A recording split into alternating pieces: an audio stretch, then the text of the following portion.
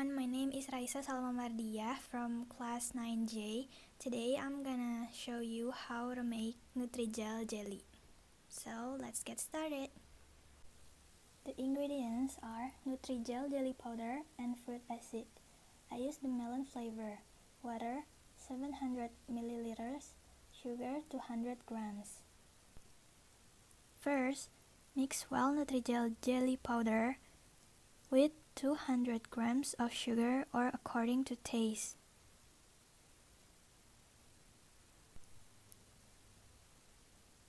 Next, pour 700 milliliters water into the mixture, turn on the flame, then stir well until dissolve and boil. Once it starts boiling, turn off the flame. Wait for 3 minutes, then add nutrijell jelly, fruity acid and stir well.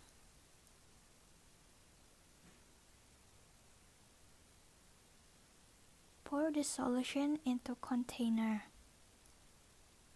Let it sit for 15 to 30 minutes. Then I put it in the fridge because the jelly became more delicious if it's chill.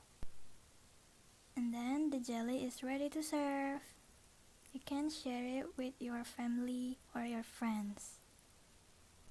Thank you for watching.